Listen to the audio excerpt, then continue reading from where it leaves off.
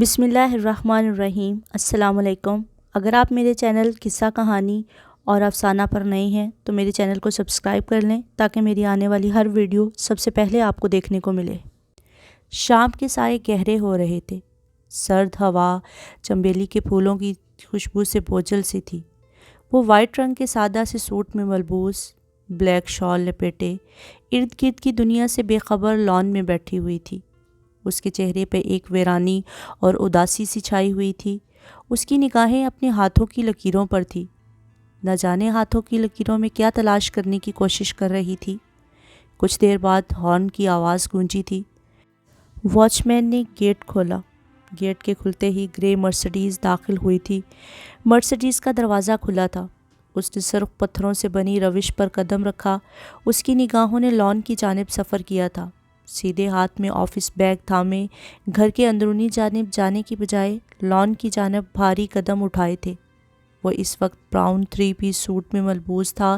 دراز قد، سیاہ آنکھوں پہ نظر کا چشمہ لگائے، صاف رنگت، چوڑے شانے، جیل سے پیچھے کو بال جمائے، ستواں ناک، چہرے پہ ہلکی داڑھی تھی۔ آفس بیگ ٹیبل پر رکھتے ہوئے کوٹ اتار کر چیئر کی پشت پر رکھا تھا۔ شرٹ کا اوپری بٹن کھول کر ٹائی کی نوٹ ڈھیلی کی تھی اور کف لنکس کھول کر آستین فولڈ کرتے ہوئے کین کی چیئر پہ بیٹھا تھا۔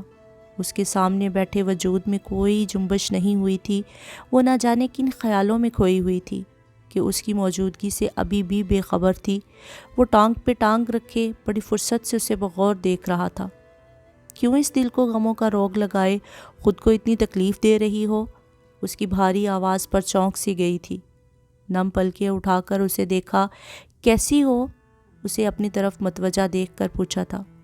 افسوس ہوتا ہے، پتہ نہیں ابھی تک کیوں زندہ ہوں۔ اس کی آنکھوں سے آنسو بہہ نکلے تھے۔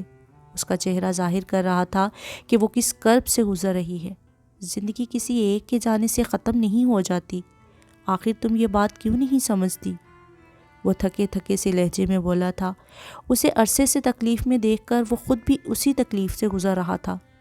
تم کبھی میرا درد نہیں سمجھ سکتے۔ وہ کوئی عام شخص نہیں تھا، میری محبت تھا، میرا شوہر تھا۔ میں اسے کیسے بھول سکتی ہوں؟ وہ رندے ہوئے لہجے میں بے بسی سے بولی تھی۔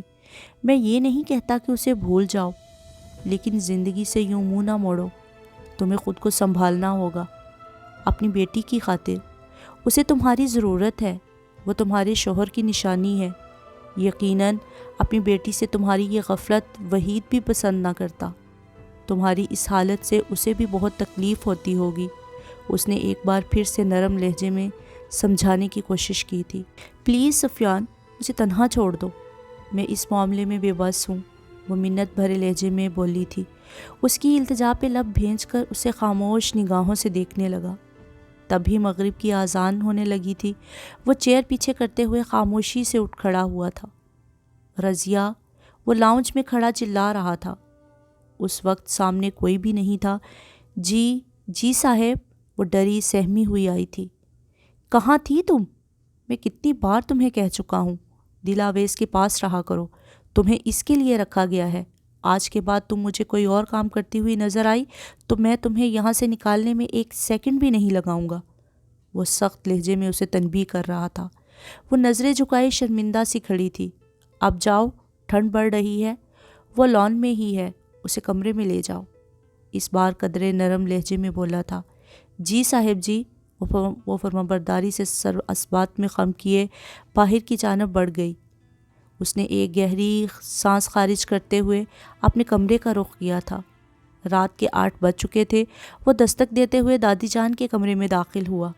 وہ ٹانگوں پہ کمبل اوڑھے، تسبیح ہاتھ میں تھامے، بیڈ گراؤنڈ سے ٹیک لگائے بیٹھی ہوئی تھی۔ السلام علیکم دادو۔ وعلیکم السلام بیٹا، جیتے رہو، دادی جان شفقت بھرے لہجے میں بولی تھی۔ وہ دادی جان کے قریب ہی بیڈ کی پالتی میں بیٹھ گیا تھا۔ تیری جرسی کہاں ہے؟ اتنی سردی میں ایسے گھوم رہا ہے؟ دادی جان اس پر نظریں جمائے اور رعب بھرے انداز میں بولی تھی۔ انہیں اپنے لاڈلے پوتے کی فکر ہوتی تھی۔ وہ سفید کرتا شلوار میں ملبوس تھا۔ دادو، باہر نہیں گھوم رہا، اپنے کمرے سے ہی اٹھ کر آیا ہوں۔ جہاں ہیٹر آن تھا اور یہاں بھی ہیٹر آن ہے تو سردی کوئی خاص نہیں لگ رہی۔ دادی جان کو مطمئن کرتا ان کی ٹانگیں دبانے لگا۔ دادو، میں نے اپنی زندگی کا ایک اہم فیصلہ کیا ہے اور اس کے لیے مجھے آپ کی مدد کی ضرورت ہے۔ چند ادھر ادھر کی باتیں کرنے کے بعد پرسوچ انداز میں بولا تھا۔ نہ میں تیری مدد کیوں کروں گی جب تو میری بات نہیں مانتا؟ دادی جان کے لہجے میں خفگی سی تھی۔ دادو، آپ کی بات ہی ماننے لگا ہوں۔ آپ یہی چاہتی ہیں کہ میں شادی کر لوں تو میں اب شادی کرنا چاہتا ہوں۔ آخر کار اسے 30 سال کی عمر میں شادی کرنے کا خیال آ ہی گیا تھا۔ اپنے دادو سے کوئی مذاق تو نہیں کر رہا؟ دادی جان نے اسے مشکوک نظروں سے دیکھا۔ دادی جان کو بھلا اس بات میں اتنی آسانی سے کیسے یقین آ سکتا تھا، کیونکہ وہ ہمیشہ شادی سے انکار کرتا آیا تھا۔ آج تک چاہتے ہوئے بھی کوئی اسے شادی پر راضی نہیں کر سکتا تھا۔ تو آج ایسا کیا ہوا تھا کہ اچانک خود ہی اپنی شادی کی بات کر رہا تھا؟ دادو، میں ایسا مذاق کیوں کروں گا؟ اس کے لبوں پہ دھیمی سی مسکراہٹ ابھری تھی۔ اچھا، تو اس کا مطلب ہے ہمارے نوابزادے کو کوئی لڑکی پسند آ گئی ہے؟ دادی جان کی آنکھوں میں چمک ابھری تھی، چہرے پہ خوشی کے رنگ پھیلے تھے۔ اب کی بار وہ خوشگوار موڈ میں بولی تھی۔ وہ ان کا اکلوتا پوتا تھا۔ ان کے لیے یہی خوشی بہت زیادہ تھی کہ اس نے شادی کی حامی بھر لی ہے۔ ہاں، بس یہی سمجھ لیں، اس نے مختصر سا جواب دیا۔ اچھا، اب ذرا یہ تو بتا کہ کون ہے وہ لڑکی اور کیسی ہے؟ اس کے مختصر جواب پر دادی جان نے بے چینی سے پوچھا۔ آپ کی پسند کے عین مطابق ہے۔ مجھے یقین ہے لڑکی پر آپ کو کوئی اعتراض نہیں ہوگا۔ کچھ اس لڑکی کے بارے میں منہ سے بھی پھوٹے گا یا نہیں؟ وہ جھنجھلا گئی تھی۔ دیلا اویس، اچھی لڑکی ہے نا؟ لبوں پہ دھیمی سی مسکراہٹ سجائے جیسے تائید سی چاہی تھی۔ ہیں؟ دادی جان بے یقینی سے انہیں دیکھنے لگی تھی۔ جی، وہ لڑکی آپ کی لاڈلی پوتی دیلا اویس ہی ہے۔ اب تو آپ خوش ہیں نا؟ اس لمحے ٹانگیں دباتے ہاتھ روکے تھے۔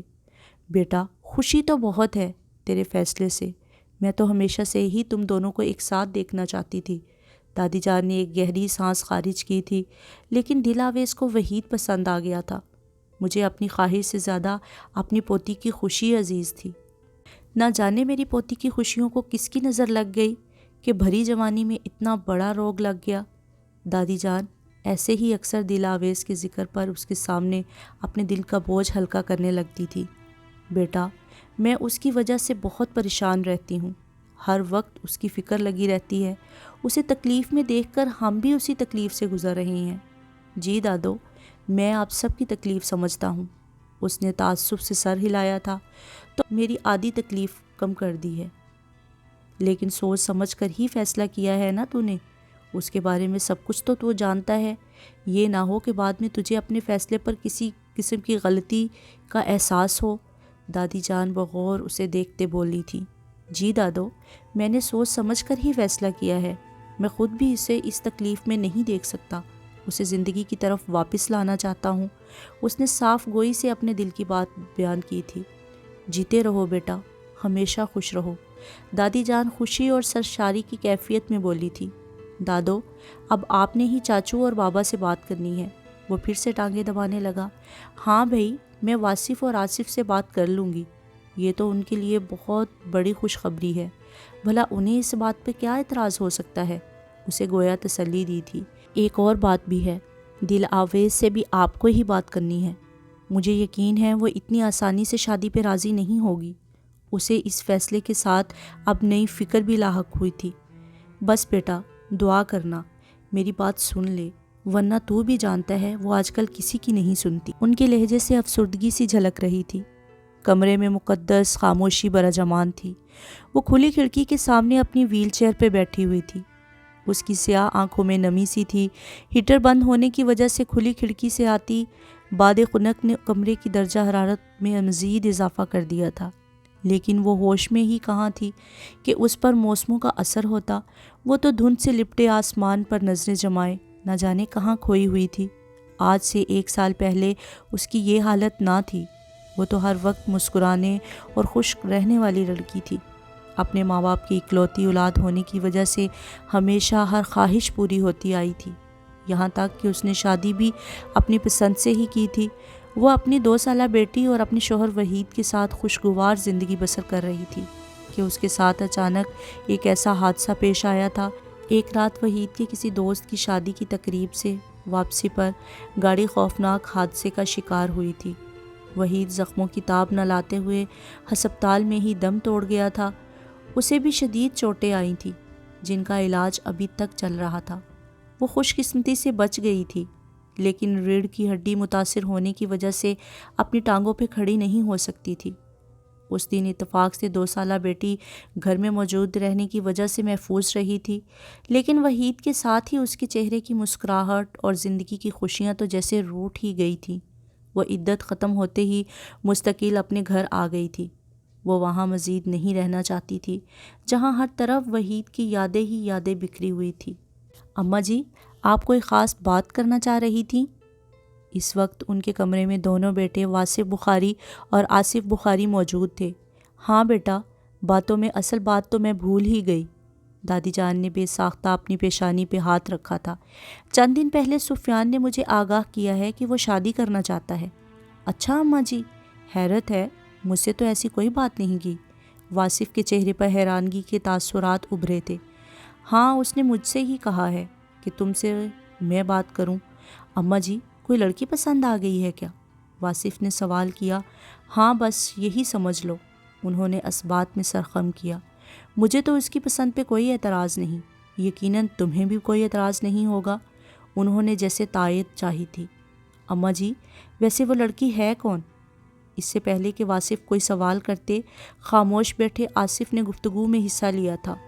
ماشاء اللہ سے بھئی، ہمارے اپنے گھر کی بیٹی دلاویز ہے، وہ خوشگوار سے لہجے میں بولی تھی۔ دلاویز؟ دونوں نے بیک وقت دادی جان کو حیرانگی سے دیکھا۔ کچھ بات ہی ایسی تھی جو ان کے وہم و گمان میں بھی نہیں تھی۔ تمہیں کیا اس بات پہ کوئی اعتراض ہے؟ اماں جی، بھلا مجھے کیا اعتراض ہو سکتا ہے؟ سفیان کی دلی خواہش یہی ہے، اور دلاویز بھی مجھے اپنی بیٹی کی طرح عزیز ہے۔ وہ اس شادی سے زندگی کی طرف لوٹ آئے تو میرے لیے اس سے بڑھ کر کیا خوشی ہو سکتی ہے؟ واصف فراغ دلی سے بولے تھے۔ اس لمحے اپنے بھائی کی بات سن کر آصف کے چہرے پہ ایک اطمینان سا آ گیا تھا۔ لیکن اماں جی، آپ دلاویز کے مزاج کو اچھی طرح جانتی ہیں، مشکل ہے کہ وہ اس بات کے لیے راضی ہو۔ اچانک اس جانب آصف کا دھیان گیا تھا۔ بھئی، اس بات کی فکر تم نہ کرو، ہم دونوں ہی پیار سے سمجھائیں گے تو سمجھ جائے گی، نہیں تو اس کی خوشی کے لیے تھوڑی بہت سختی کر لیں گے، دیکھنا شادی کے بعد پھر خود ہی مزاج ٹھیک ہو جائے گا۔ دادی جان نے اس حوالے سے بھی مطمئن کیا تھا۔ جی، اللہ کرے کہ ایسا ہی ہو۔ آصف ایک گہری سانس خارج کرتے ہوئے تھکے تھکے سے لہجے میں بولے تھے۔ بھئی آصف، زیادہ فکر نہ کرو، انشاءاللہ سب ٹھیک ہو جائے گا۔ ہم بہت جلد ہی اپنی بیٹی کے چہرے پر خوشی اور مسکراہٹ دیکھیں گے۔ وہ اپنے بھائی کے کاندھے پہ ہاتھ رکھتے پھر سے پرامید لہجے میں بولے تھے۔ واصف بالکل ٹھیک کہہ رہا ہے، تمہیں اب زیادہ پریشان اور فکر مند رہنے کی ضرورت نہیں ہے۔ بس اب طاہرہ اور منزہ سے بھی بات کر لو، پھر آگے کی سوچتے ہیں۔ انہوں نے اپنی بہوؤں کا نام لیا تھا۔ آپ نے اماں جی کو انکار کیوں نہیں کیا؟ طاہرہ بیگم یہ سنتے ہی ہتھے سے اکھڑ گئی تھی۔ بھلا میں اماں جی کو کیسے انکار کر سکتا ہوں؟ انہوں نے کبھی ہمارے بچوں کے بارے میں کچھ غلط نہیں سوچا، اور یہاں تو تمہارے اپنے بیٹے کی خوشی شامل ہے، انہوں نے اطمینان سے جواب دیا۔ آپ لوگوں نے سوچ بھی کیسے لیا میں اپنے اکلوتے بیٹے کی شادی کسی ایسی لڑکی کے ساتھ کرنے پہ تیار ہو جاؤں گی جو بیوہ، ایک بچی کی ماں اور دوسروں کی محتاج ہے؟ وہ ایسے ناگواری سے بولی تھی جیسے اس لڑکی سے کوئی رشتہ ہی نہ ہو۔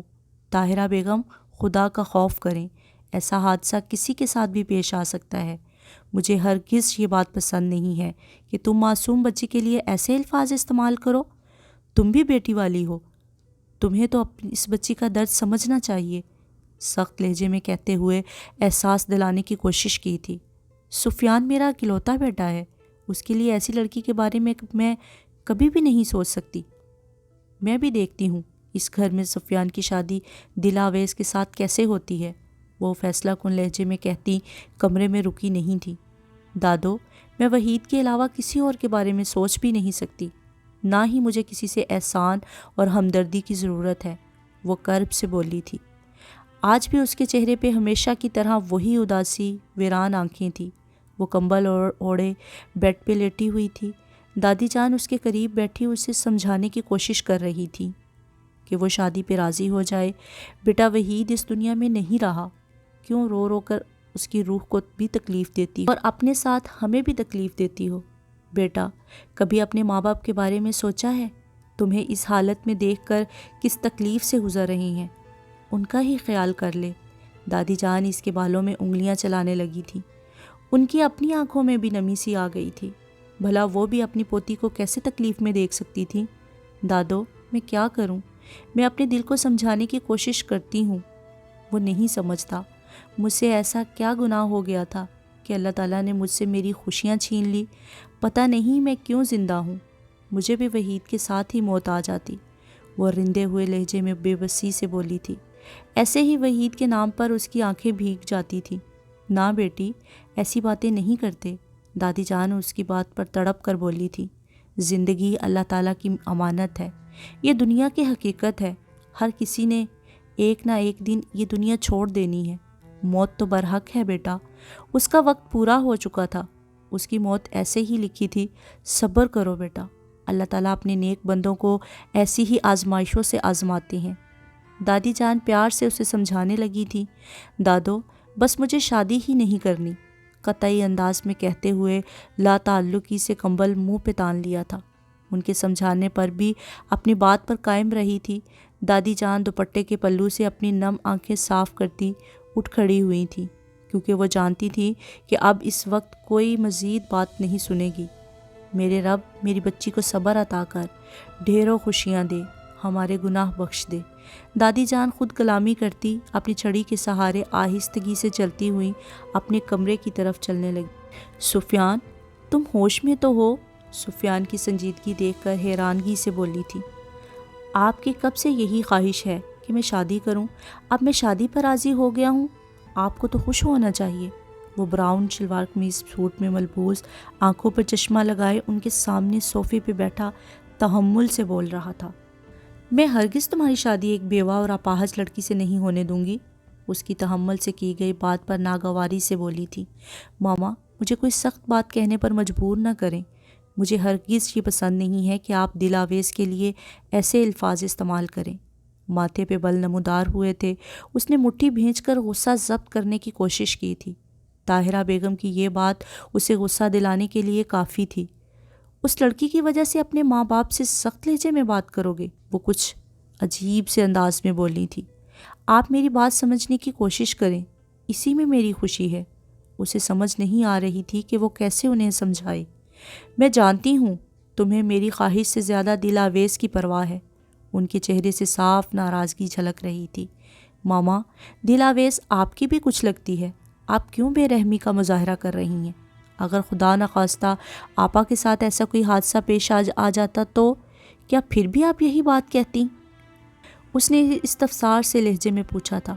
تمہیں ذرا بھی تکلیف نہیں ہوئی ایسی بات اپنی آپا کے لیے بولتے ہوئے؟ ان کی مامتا تڑپ کر بولی تھی۔ ماما میرا مقصد محض آپ کو دل آویز کی تکلیف کا احساس دلانا تھا۔ دل آویز سے محبت کرتا ہوں، جتنی تکلیف وحید کے ساتھ رخصت ہو کر گئی تھی تو نہیں ہوئی تھی جتنی تکلیف اس کی یہ حالت دیکھ کر ہوتی ہے۔ میں اسے یوں پل پل مرتے ہوئے نہیں دیکھ سکتا۔ اس نے سنجیدگی سے اپنے دل کی کیفیت بیان کی تھی۔ وہ حیرت سے اپنے بیٹے کو دیکھ رہی تھی۔ انہیں آج تک اس بات کا اندازہ نہیں تھا کہ ان کا بیٹا دل آویز سے اتنی شدید محبت کرتا ہے، اور یہ وہی لڑکی ہے جس کی وجہ سے وہ ہمیشہ شادی سے انکار کرتا آیا تھا۔ ماما اب بھی آپ کو اس شادی پر اعتراض ہے تو میری بات یاد رکھیے گا، میں ساری زندگی شادی نہیں کروں گا اور یہ گھر ہمیشہ کے لیے چھوڑ کر چلا جاؤں گا۔ میں کوئی مذاق نہیں کر رہا۔ اس نے آخری حربہ استعمال کیا تھا اور سنجیدگی سے دھمکی دیتے ہوئے تیزی سے باہر کی جانب بڑھ گیا تھا۔ طاہرہ بیگم اس سے بہت محبت کرتی تھی۔ اسے یقین تھا کہ یہ دھمکی انہیں اس بارے میں سوچنے پر ضرور مجبور کرے گی۔ طاہرہ بیگم اس کی بات پر شکست خوردہ انداز میں سر پکڑ کر بیٹھ گئی تھی۔ بھلا وہ اپنے اکلوتے بیٹے کو ہمیشہ کے لیے خود سے کیسے دور کر سکتی تھی؟ آصف آپ ہی اپنی لاڈلی بیٹی سے بات کیجیے، ماں جی اور میری بات تو ماننے کو تیار ہی نہیں ہے۔ اس کی بس ایک ہی ضد ہے کہ مجھے ہرگز شادی نہیں کرنی، منزہ بیگم فکر مندی سے بولی تھی۔ ٹھیک ہے میں بات کرتا ہوں، وہ ٹی وی پر نظر جمائے نیوز چینل لگاتے ہوئے بولے تھے، ذرا سختی سے کیجیے گا ورنہ آپ کو بھی ایسے ہی انکار کر دے گی۔ وہ اب اپنے قریب ہی لیٹی اپنی لاڈلی نواسی عبیرہ کے بالوں میں انگلیاں چلانے لگی تھی۔ تم فکر نہ کرو، وہ میرا مان رکھے گی، وہ یقین سے بولے تھے۔ صبح کے 10 بج رہے تھے۔ اس وقت کھلی کھڑکی سے سورج کی کرنیں کمرے میں داخل ہو رہی تھیں۔ دل آویز کھلی کھڑکی کے ساتھ ہی بیٹھی ہوئی تھی۔ سورج کی چند سنہری کرنیں اس کے چہرے کو بھی چھو رہی تھی۔ کبھی خنک ہوا کا جھونکا بھی کمرے کا رخ کر لیتا تھا۔ کھڑکی کے سامنے ہی لان میں موجود درختوں پہ بیٹھے پرندے چہچہا رہے تھے۔ اس کے ساتھ ہی سرخ ایرانی قالین پر بیٹھی رضیہ دنیا جہان کے قصے سنانے میں مگن تھی۔ وہ کھلی کھڑکی سے باہر آم کے پیڑ پہ نظر جمائے بے دلی سے سن رہی تھی۔ بی بی جی، آپ کو ایک بات بتاؤں؟ اس بار قدرے رازداری سے بولی تھی۔ کہہ دو جو بھی بات ہے، پہلے کون سا پوچھ کر کوئی بات سناتی ہو؟ وہ بے دلی سے بولی تھی۔ بی بی جی، کل سفیان صاحب طاہرہ بیگم کے کمرے سے دھمکی دے کر غصے سے باہر نکلے تھے کہ اگر وہ آپ اور سفیان کی شادی پہ راضی نہ ہوئیں تو وہ ہمیشہ کے لیے گھر چھوڑ دیں گے۔ دل آویز نے چونک کر اسے دیکھا۔ وہ اپنی دھن میں ابھی کچھ اور بھی بولے جا رہی تھی۔ اس گھر میں سارا دن رہتی تھی۔ اس سے پہلے بھی سفیان اور دل آویز کی شادی کے بارے میں ہوتی باتیں اس کے کانوں تک بھی پہنچ چکی تھی۔ تم چھپ کر باتیں سنتی رہتی ہو؟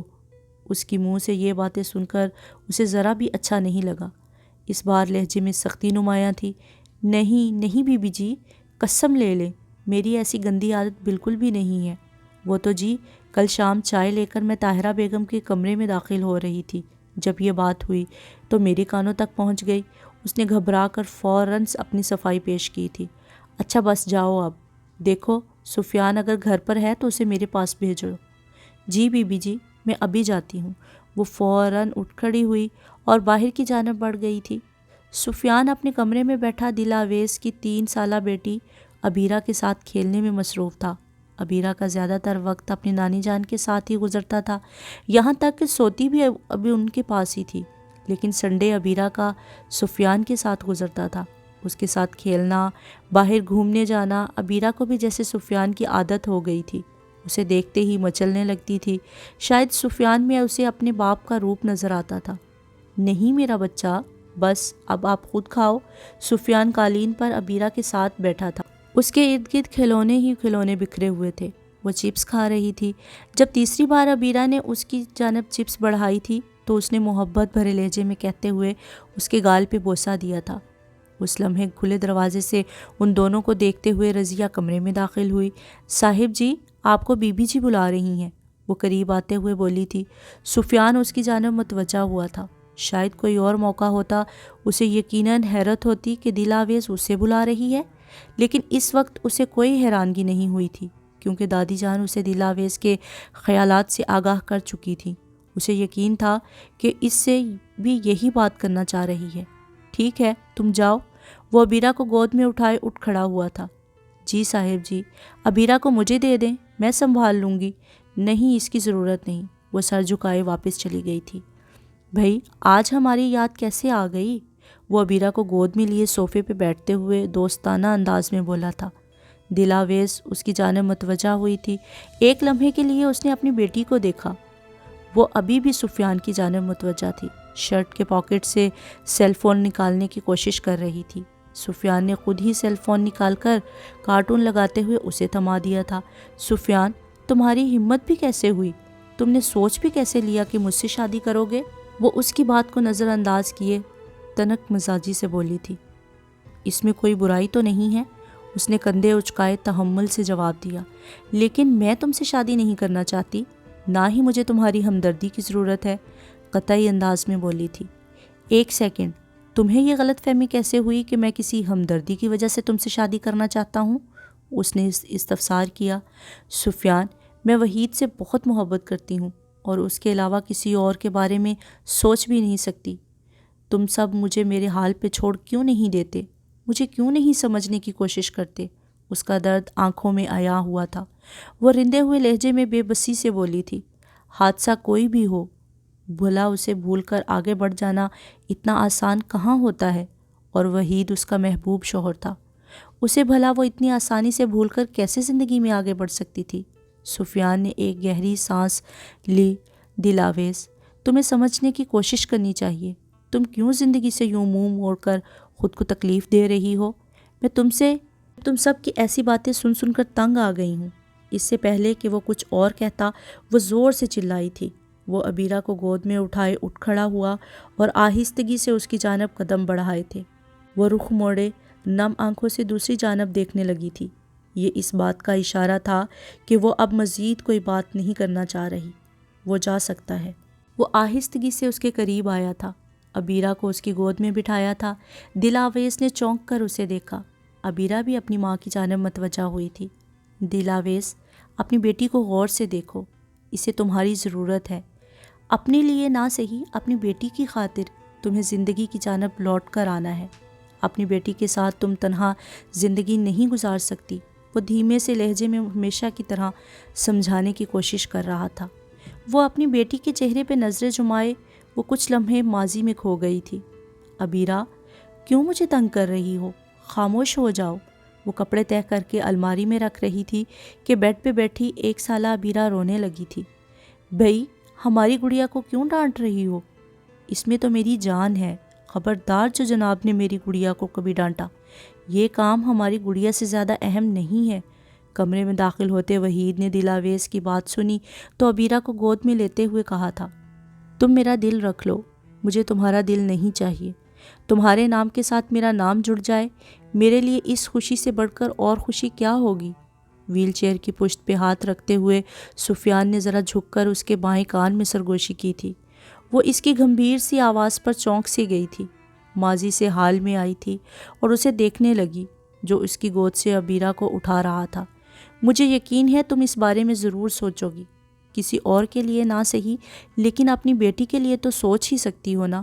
وہ اپنی بات مکمل کرتے ہوئے باہر کی جانب بڑھ گیا۔ وہ نم آنکھوں سے اسے جاتے ہوئے دیکھ رہی تھی۔ کیسی طبیعت ہے بیٹا؟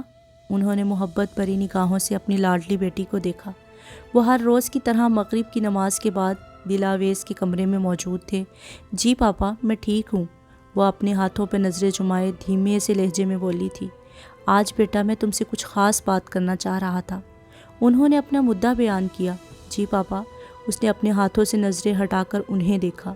بیٹا، آج تک میں نے تمہاری ہر خواہش پوری کی ہے، کیونکہ ماں باپ ہمیشہ اپنی اولاد کی خوشی ہی میں خوش ہوتے ہیں۔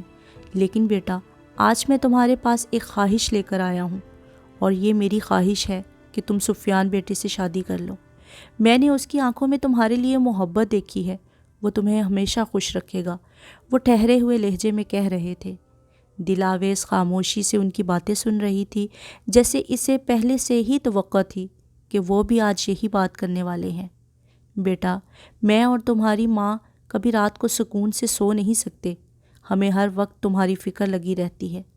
بیٹا، مجھ میں اتنی ہمت نہیں ہے کہ تمہیں مزید اس تکلیف میں دیکھ سکوں، وہ شکست خوردہ سے لہجے میں گویا ہوئے تھے۔ پاپا، میں سمجھ سکتی ہوں آپ سب مجھ سے بہت محبت کرتے ہیں، مجھے تکلیف میں نہیں دیکھ سکتے۔ میں بہت کوشش کرتی ہوں کہ خود کو سنبھال لوں، اس حادثے کو بھول جاؤں، آگے بڑھوں، لیکن وحید کی یادیں کچھ بھولنے ہی نہیں دیتی ہیں۔ وہ میرے دل ذہن سے جاتا ہی نہیں۔ اس کے چہرے پہ نمایاں کرب اس کی حالت بیان کرنے کے لیے کافی تھا۔ وہ صاف گوئی سے اپنے دل کی حالت بیان کر رہی تھی۔ وہ ہمیشہ ہی سے اپنی ماں سے زیادہ اپنے باپ کے قریب تھی، ہر بات بلا جھجک کر لیتی تھی۔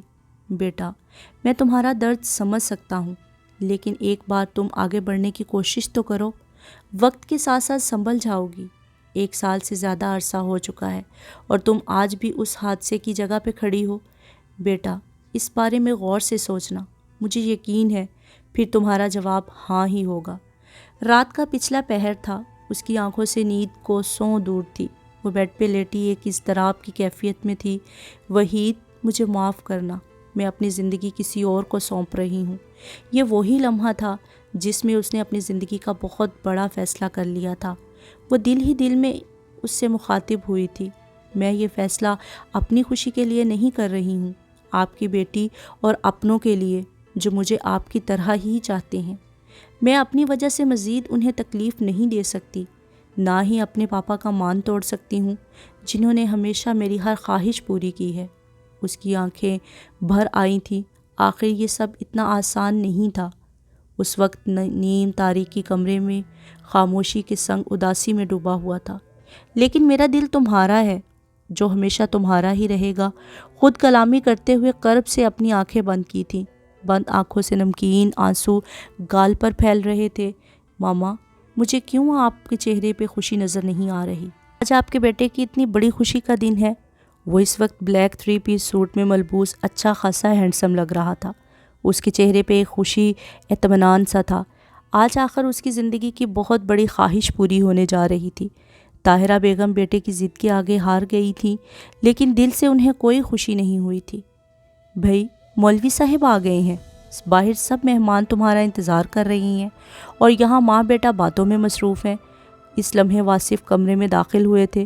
وہ کریم رنگ کے کھدر کے سوٹ میں ملبوس، شانوں پہ بلیک شال پھیلائے، کن پٹی پہ سفید بال، گھنی مونچھیں شیو کی ہوئی، اس حلیے میں بہت گریسفل لگ رہے تھے۔ بابا، میں تو بس ماما کا گلہ دور کرنے کی کوشش کر رہا تھا۔ آج میری ماما اتنی پیاری لگ رہی ہیں، آپ نے تعریف ہی نہیں کی، وہ شریر سے لہجے میں بولا تھا۔ کیا کریں بیٹا جی، بس مہمانوں کے خیال میں اپنی بیگم کو دیکھنے کی فرصت ہی نہیں ملی۔ وہ بھی لبوں پہ گہری مسکراہٹ سجائے بیڈ پہ بیٹھیں، طاہرہ بیگم کو محبت بھری نظروں کے حصار میں لیے بولے تھے۔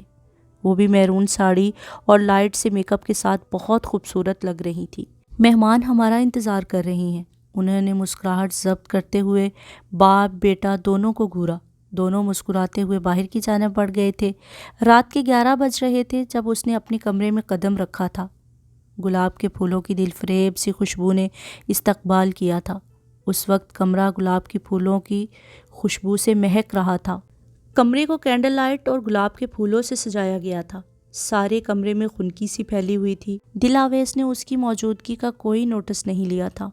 وہ ان سب سے بے نیاز کھڑکی کے سامنے ویل چیئر پہ بیٹھی ہوئی تھی، سنہرے رنگ کے نفیس سے کڑھائی والے سوٹ میں ملبوس، چہرے پہ لائٹ سا میک اپ، سر پہ دوپٹہ، بلیک شال ٹھنڈ کی وجہ سے کندھوں پہ پھیلائی ہوئی تھی، سیاہ آنکھیں، گندمی سی رنگت، اس حلیے میں بھی بہت خوبصورت لگ رہی تھی۔ سفیان نے اسے دیکھا جو کھڑکی سے باہر ہی متوجہ تھی۔ کھڑکی کے سفید پردے ہٹے ہوئے تھے۔ وہ نہ جانے ستاروں سے جگمگاتے آسمان اور 14ویں کے چاند پر نظریں جمائے کن خیالوں میں گم تھی۔ بلیک کوٹ اتار کر صوفے پر رکھا، ٹائی کی نوٹ ڈھیلی کرتے ہوئے شرٹ کے اوپری 2 بٹن کھولے تھے، کف لنکس کھول کر آستین فولڈ کرتے ہوئے اس کی جانب بڑھا تھا۔